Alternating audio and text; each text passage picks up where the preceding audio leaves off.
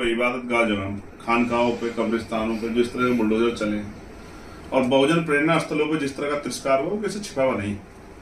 तो मुख्यमंत्री भी इस बात को जानते हैं, वो सिर्फ यही नहीं बोलते, तो बंगाल में भी जाके यही बात कहते हैं। सर कानून सबके लिए एक समान है और कानून सबके लिए एक समान ही होना चाहिए, सबको बराबर के अधिकार मिलने चाहिए। क्या तो सड़क किसी के लिए भी ना हो, वरना सबके लिए।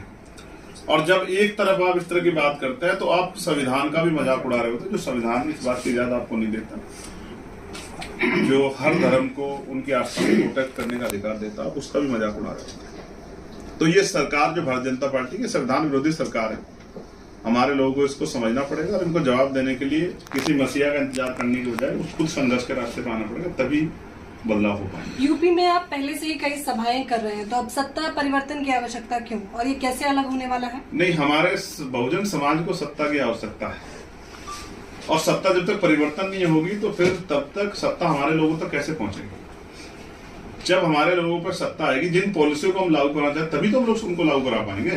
भाई हमारी जो पॉलिसी को जो वर्तमान की सरकार है वो तो लागू करनी चाहिए, वो तो वो पॉलिसी लागू करेंगे जिनसे उनका भला होगा, उनके दल का, उनके पार्टी कार्यकर्ताओं का। हम वो पॉलिसी लागू करेंगे जिनसे 85% SC ST OBC मुस्लिम जैन सिख बौद्ध जो बहुजन समाज के लोग उनका भला होगा। महिलाओं के लिए जो हम कह रहे हैं, सरकार ने महिलाओं को कहाँ रोजगार दिया, आप बताओ। ग्रामीण क्षेत्रों में क्या सरकार महिलाओं को रोजगार नहीं दे सकती? आज भी कितने बड़े पैमाने पर घास ला ला के पेट भर के, जिन पर जमीनें भी नहीं, किस तरह से अपना पेट पालती है महिलाएं और अपने बच्चों का अपना घर चलाती, सरकार को क्या पता है? लोन कहाँ मिलता है बहुजन समाज के लोग, उनकी तो फाइलें दबी रहती है। तो इसलिए मैं आपको कह रहा हूं कि हमारे लोगों को ही सत्ता की आवश्यकता है। जो आज सत्ता में, तो वो तो लंबे समय सत्ता में रहे या सत्ता के साथ रहे।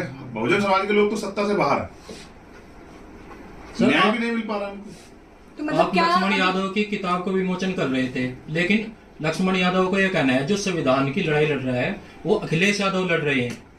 आप बहुत छोटी छोटी चीजों पर ध्यान देते हो, मैं बहुत बड़ी बड़ी चीजों पर ध्यान देता हूँ। सर